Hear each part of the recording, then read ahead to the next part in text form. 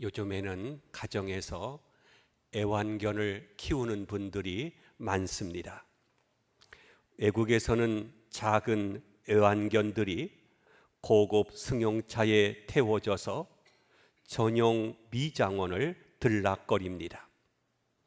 사람들도 쉽게 먹을 수 없는 최고급 음식을 먹입니다. 그리고 심지어는 개에게 유산을 물려주기도 합니다.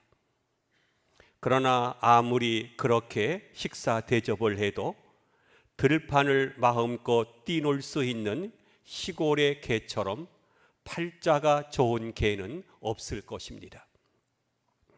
자유롭게 마음껏 뛰노는 것, 가고 싶은 곳을 가는 것, 그 자유가 얼마나 소중합니까?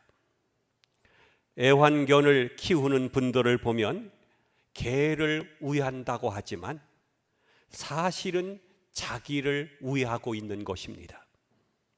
주인의 틀 속에 가둬놓고 주인이 주는 사료를 먹고 제한된 공간 속에서 개의 자유를 박탈당한 채 키우는 것입니다. 인간이 인간됨은 그가 누리는 자유에 있습니다. 그가 누리는 자유에 따라서 그 사람의 행복이 결정이 됩니다. 사람들은 경제적인 자유, 정치적인 자유, 문화적인 자유를 생각합니다. 그래서 사람들은요, 경제적인 자유가 있으면 자유로울 수 있다고 생각해서 많은 돈들을 벌려고 합니다. 돈은 확실히 우리들에게 자유를 줍니다. 돈은 먹고 싶은 것을 먹게 하고, 사고 싶은 것을 사게 하고, 가지고 싶은 것을 가지게 합니다. 그래서 돈이란 참으로 중요합니다. 그러나 돈의 가치를 모르고 제대로 쓸 줄 모른 채 돈이 주어진다면 그 사람은 그 돈으로 말미암아 불행해지게 될 것입니다. 한때 재산 공개니 해서 돈 많은 사람들이 걱정이 많았습니다. 심지어 부정 축제 때문에 자살하는 사람들도 있었습니다. 그 많은 돈을 두고 왜 죽었을까? 얼마나 불행했으면 죽었을까? 어쩌다가 돈이 많아가지고 돈의 노예가 되어 살다가 그 소중한 생명까지 끊어야 했느냐 하는 것입니다. 그렇다고 하면 그는 자유인이 아닌 것입니다. 자유를 얻은 것 같았으나 그는 보이지 않는 노예 상태에 있었던 것입니다. 그것이 죽음으로 나타난 것입니다. 가룟 유다가 예수님을 판 돈으로 자유를 누렸습니까? 그가 행복했던가요? 그는 그 돈 가지고 한 푼도 써보지 못하고 괴로워하다가 결국은 자살을 하고 말았습니다. 아무리 많은 돈을 가졌어도 오히려 그것으로 인해서 부자유하고, 아무리 명예가 있어도 그것 때문에 속박을 느낀다면 그는 결코 자유로운 사람이 될 수가 없습니다. 동물적인 욕망에 매여 있고 그것을 충족하는 것을 자유라고 생각하는 사람은 항상 그 속박에서 벗어날 수가 없는 것입니다. 여러분, 내가 누구를 사랑한다고 하십시다. 그러나 그것이 순수하지 못하고 나의 어떤 욕망에 의해서 사랑하는 것이라면 그 사랑이 나를 속박하게 되고 결코 자유로울 수가 없습니다. 우리는 과거사로 인해서 거기에 묶여 사는 사람을 전과자라고 말합니다. 지난날 잘못한 일에 꽉 묶여서 어디를 가든지 간에 자유로울 수가 없어서 숨어서 살아야 하고, 지난 과거사가 어두운 그림자처럼 나를 따라다니며 자꾸만 괴롭히는 것입니다. 또 어떤 사람은 권력에 붙들려서 허황된 꿈을 꾸며 살아간다면 그것에 붙들려 자유가 없습니다. 사실 불쌍한 사람이죠. 그러면 우리는 여기서 한번 물어보아야 할 것입니다. 참 자유가 무엇인가 하는 것입니다. 여러분은 무엇을 자유라고 생각하십니까? 영원히 후회하지 않는 자유가 무엇입니까? 오늘 성경에 예수님께서는 이렇게 말씀하고 있습니다. 본문 32절을 봅니다. 진리를 알지니 진리가 너희를 자유롭게 하리라 했습니다. 저를 따라합시다. 진리를 알지니 진리가 너희를 자유롭게 하리라. 여러분, 진리가 무엇입니까? 진리는 예수 그리스도를 말합니다. 예수 그리스도만이 우리를 자유롭게 하실 수 있습니다. 그분은 죄로부터 우리들에게 자유를 주십니다. 그분은 사망으로부터 자유를 주십니다.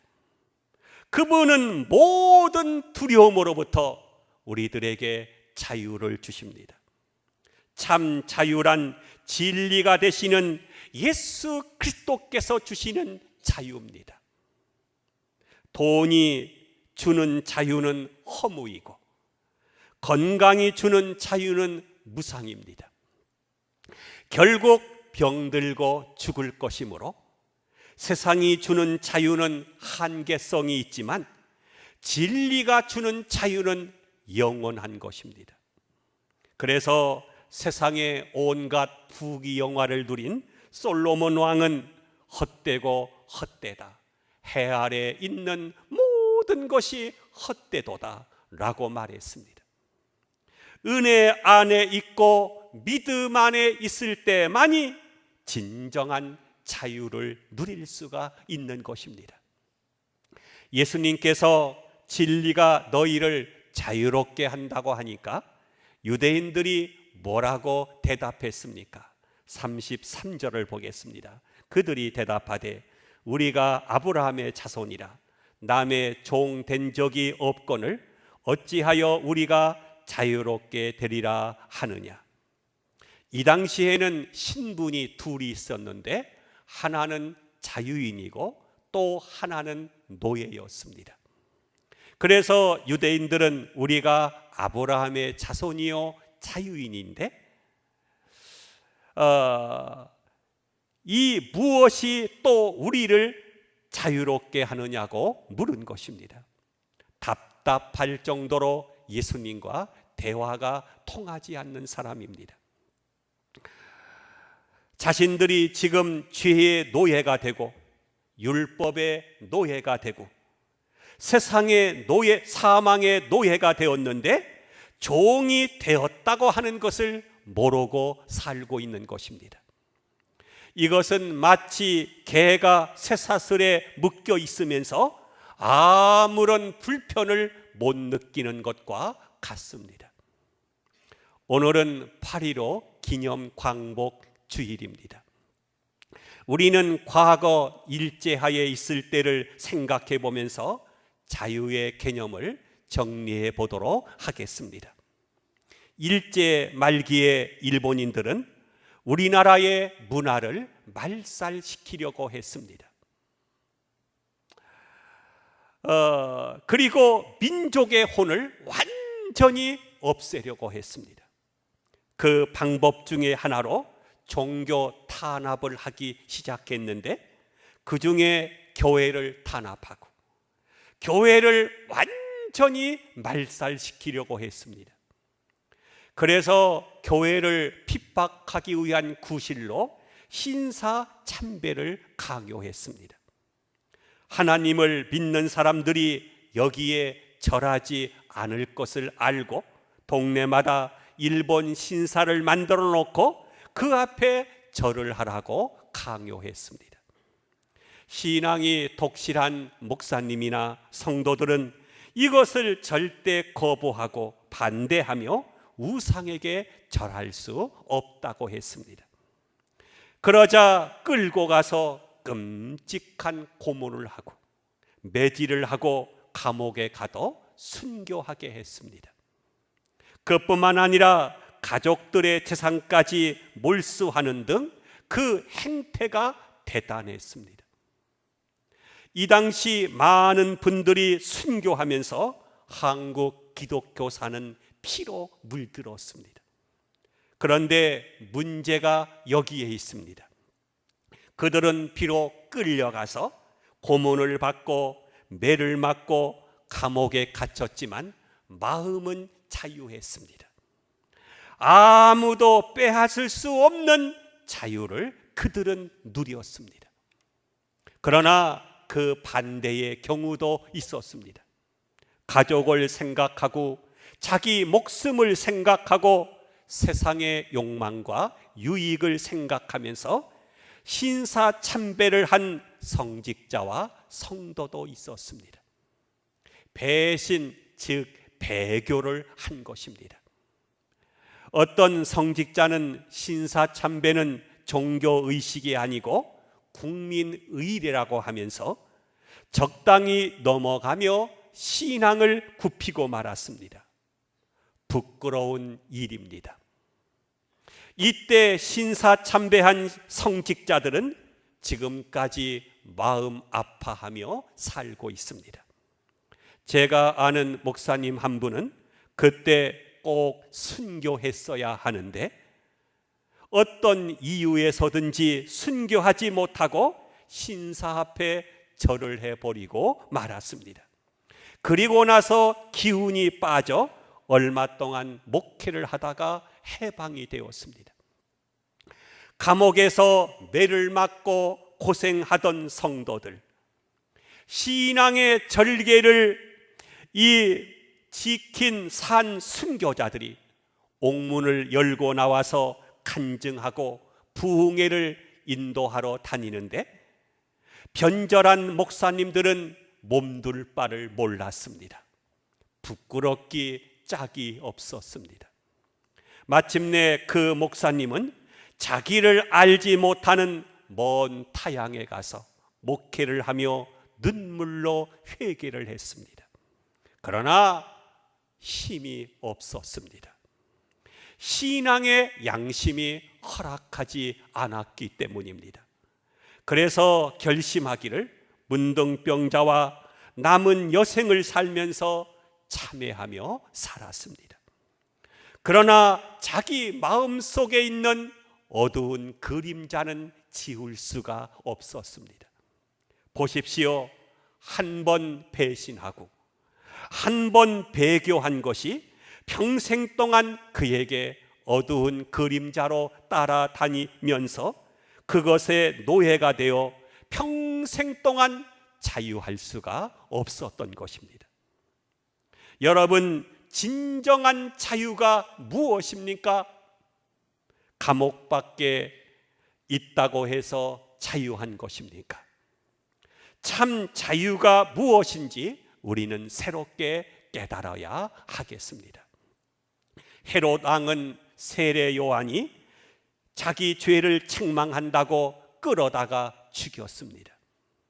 그러나 죽은 세례 요한은 자유롭게 생을 마감했지만 그를 죽인 헤롯 왕은 평생 동안 괴로워하며 남은 생을 살다가 성경에 보면 몸에 충이 먹어 죽었다고 말하고 있습니다.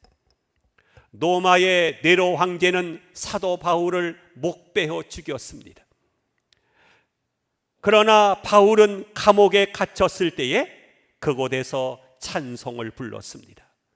그가 감옥에 있을 때에 쓴 편지 중에는 주 안에서 항상 기뻐하라.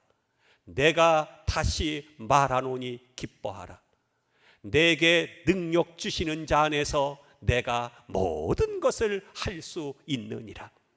내가 사는 것이 그리스도여 주님을 위해 죽는 것도 유익하니라 라고 말했습니다. 그는 진정 진리 안에서 자유인이요 자유를 만끽하며 산 것입니다.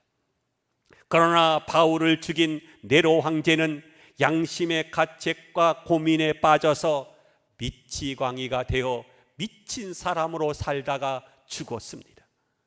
여러분, 누가 자유인입니까? 의를 위한 고난, 그 고난 속에 참 자유가 있습니다. 불의와 타협하여 부자가 되고 못된 짓 다 하면서 출세를 해본들 그가 자유할 수 있는 것입니까?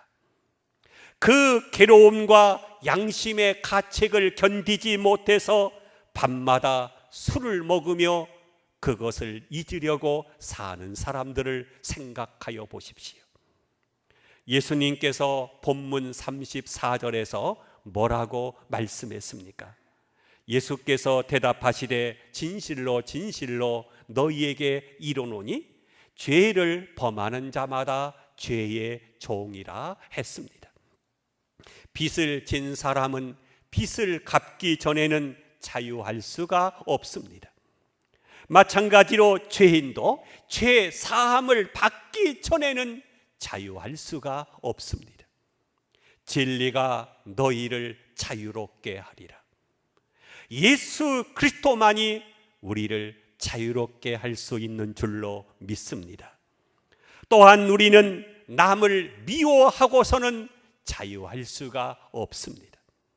고린도후서 3장 17절에 보면 주의 영이 계신 곳에는 자유가 있느니라 했습니다. 이 말씀을 조금 의역해 보면 그리스도의 마음이 있는 곳에는 자유가 있고 그리스도의 사랑이 넘치는 곳에 자유가 있다고 하는 말씀입니다. 당연히 사랑해야 할 사람을 미워하면서 절대로 자유할 수 없고 용서해야 할 사람을 용서하지 않고 미워하고 원수가 되고서는 자유할 수가 없는 것입니다. 오직 진리만이 우리에게 자유를 줍니다. 오직 진리이신 예수 그리스도만이 우리를 자유롭게 할 수 있습니다. 진리이신 예수 그리스도를 알기 전에는 돈이 나를 자유롭게 할 줄 알았는데 오늘 말씀해 보니 그것이 아니었습니다. 권세가 나를 자유롭게 할 줄 알았습니다.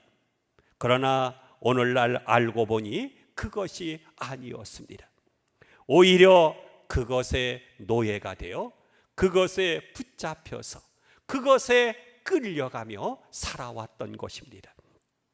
여러분, 돈의 노예가 된 사람은 정말이지 불쌍한 사람입니다. 어떤 사람은 자나깨나 돈 타령을 합니다. 돈에 매이고 돈에 붙들려서 돈의 노예가 되어 살아갑니다. 또 하찮은 명예를 위해서 허덕이는 사람들을 보십시오.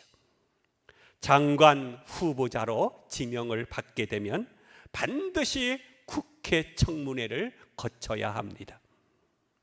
거기에 가면 그동안 감추었던 모든 것들이 벌거벗은 것 같이 다 드러나게 됩니다. 그러면 자기 자신이 잘 알지 않겠습니까? 위장 전입을 했는지 세금 탈루를 했는지 남들은 몰라도 자신은 잘 알 것입니다. 그러면 지명을 받았을 때 저는 자격이 없습니다. 이렇게 정중하게 사양해야 되지 않겠습니까? 그런데 사람들은 어떻게 생각합니까? 우리 집 내가 장관을 하면 가문의 영광이 될 것이라고 생각을 하면서 끝까지 고집을 피우다가 망신만 당하고 지명 철회를 당하거나 자진 사퇴하는 경우가 있음을 보게 됩니다. 또한 향락의 노예가 된 사람들이 있습니다. 그리고 술과 담배의 노예가 된 사람들도 있습니다. 미국 교회에서는 교인들이 담배를 피우는 경우가 많습니다마는 모 교회 여집사님 한 분이 담배 꼴초였습니다. 그런데 남편은 전혀 피우지 않아서 여쭤보았다고 합니다. 왜 사모님은 많이 피우는데 피우지 않습니까?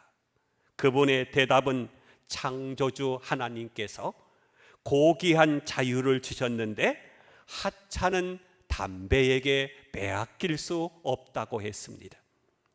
담배 피우는 사람들 알고 보면 참 불쌍합니다. 담배 피우는 것이 자유 같지만 사실은 안 피울 수가 없어서 어쩔 수 없이 피우는 것입니다.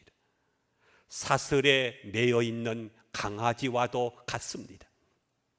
자기 마음을 자기 마음대로 하지 못해서 건강에 해로운 줄 뻔히 알면서도 끊지 못하고 그 해로운 담배를 계속하여 뻐끔뻐끔 피우고 있는 것입니다. 어느새 담배의 노예가 되어버린 것입니다. 성도 여러분, 이것들의 노예가 되어서는 안 될 것입니다. 진리를 알지니 진리가 너희를 자유롭게 하리라. 아무쪼록 진리가 되시는 예수 그리스도 안에서 참 자유를 누리며 살아가는 우리 모두가 되시기를 주의 이름으로 축원함을 드립니다. 기도합니다.